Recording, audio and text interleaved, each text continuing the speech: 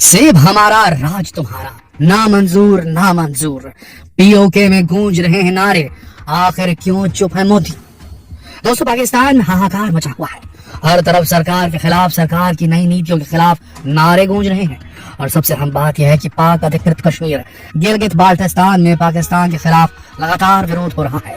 कड़कड़ाती ठंड में वहां क्रांति की गर्मी बढ़ रही है और आसार देखकर लगता है जैसे बहुत जल्द इतिहास दोहराया जाने वाला है। पाकिस्तान में पीओके के फल, खासकर वहां के सेब जो दुनिया भर में मशहूर है, और उसके साथ ही वहां के फसलों पर भी सरकार अपनी हुकूमत चलाती है। पाकिस्तानी सरकार अपनी हुकूमत चलाती है और अच्छी फसलें होने के बावजूद पीओके के लोग भूखे मर रहे हैं।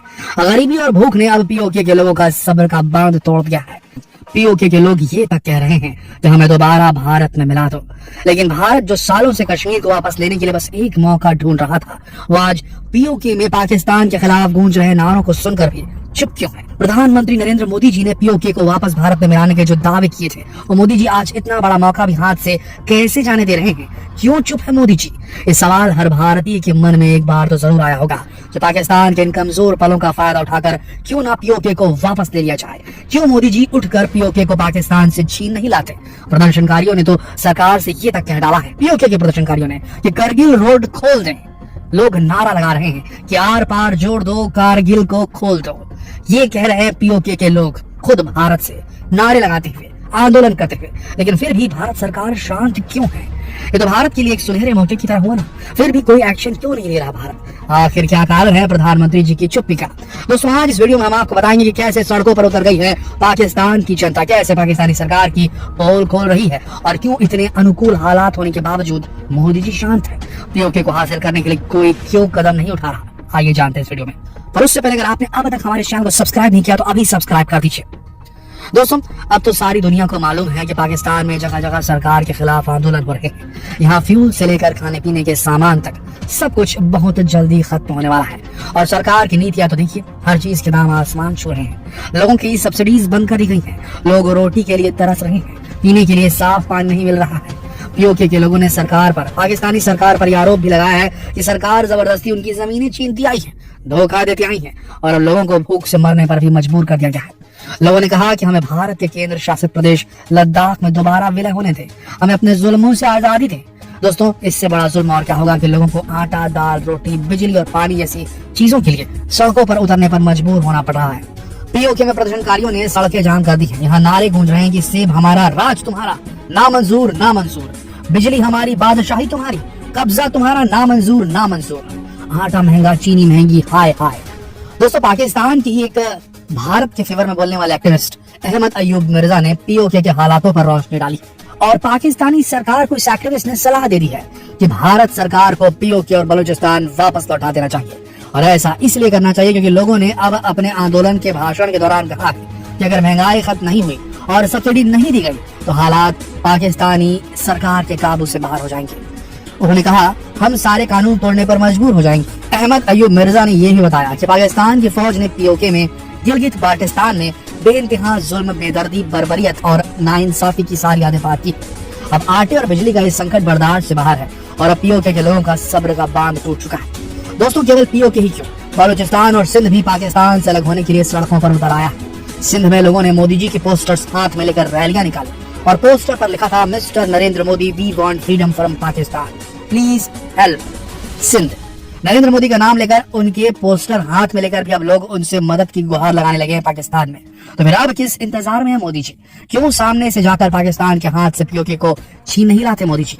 तो जो हम भारतीयों का ये सोचना बिल्कुल भी गलत नहीं है, इसलिए शायद हम सभी ऐसा सोचते हैं। लेकिन क्या हमें राजनीति आती है, रणनीति आती है? राजनीतिक दांव पेचों से क्या हम वाकिफ हैं?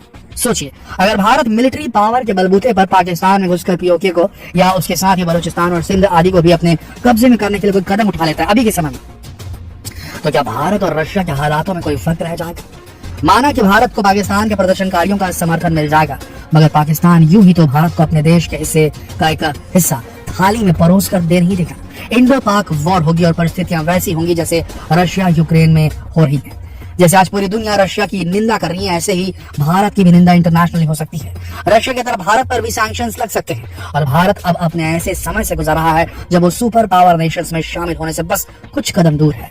आज जब विश्व में ग्लोबल इन्फ्लेशन के हालात पैदा हो गए, दुनिया भर में महंगाई बढ़ चुकी है, दुनिया भर में जो है क्या बोलना चाहिए, ग्लोबली ये कहा जा रहा है कि रिसेशन आने वाला है जल्द ही, दुनिया भर में आ चुका है, तब भी भारत की इकोनॉमी स्टेबल है और ये देखकर पूरा विश्व हैरान है। ज्यादातर देशों की इकोनॉमी क्रैश कर रही है और कहा यह जा रहा है कि विश्व बहुत बड़ी मंदी के भंवर में फंसने वाला है। ऐसे में अगर भारत इस तरह पाकिस्तान के खिलाफ जंग छेड़ देगा और भारत पर भी रशिया की तरह सैंक्शंस लग जाएंगे तो भारत भी उसी मंदी की चपेट में आ जाएगा। और अगर ग्लोबल इन्फ्लेशन, ग्लोबल महंगाई के पीरियड में भारत की इकोनॉमी गिरी, भारत की अर्थव्यवस्था क्रैश की, तो भारत की मुसीबतें बहुत बढ़ जाएंगी। भारत में इस समय बेरोजगारी की जो समस्या दिन प्रतिदिन बढ़ती जा रही है वो फिर काबू से बाहर हो जाएगी। भारत जो इतनी मेहनत के बाद दुनिया की चौथी सबसे बड़ी इकोनॉमी बना और यूएनएससी का परमानेंट मेंबर बनने के लिए हर मुमकिन पैतरे अपना रहा है, वो भारत कई साल पहले, कई दशक पीछे धकेल दिया जाएगा। और इन्हीं कारणों की वजह से शांत है मोदी जी। बात असल में ये है, लेकिन इतनी आसानी से हार मानने वालों में से भारत तो नहीं है। आज भारत के पास एक कोर टीम भी मौजूद है जो 3 मास्टर माइंड्स मिलकर बनी है, नरेंद्र मोदी जी, अजीत डोभाल जी और एस जयशंकर जी।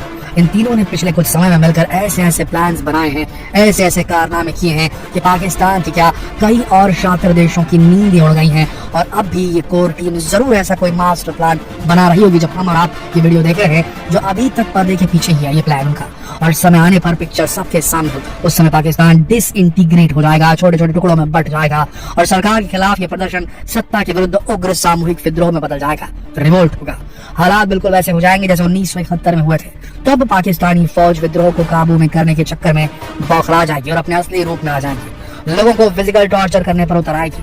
तब भारत पाकिस्तान में उसी तरह एंटर कर सकता है जैसे 1971 में पूर्वी पाकिस्तान को आजादी देने के लिए एंटर किया था और उसे आजादी दिलवाकर बांग्लादेश की नींव रखी थी। अगर भारत बांग्लादेश की तरह ही पीओके और बलूचिस्तान को भी पाकिस्तान के जुल्म सितम से आजाद कराने के लिए वहां प्रवेश करेगा तो किसी को भी भारत पर उंगली उठाने का कोई बहाना नहीं मिलेगा।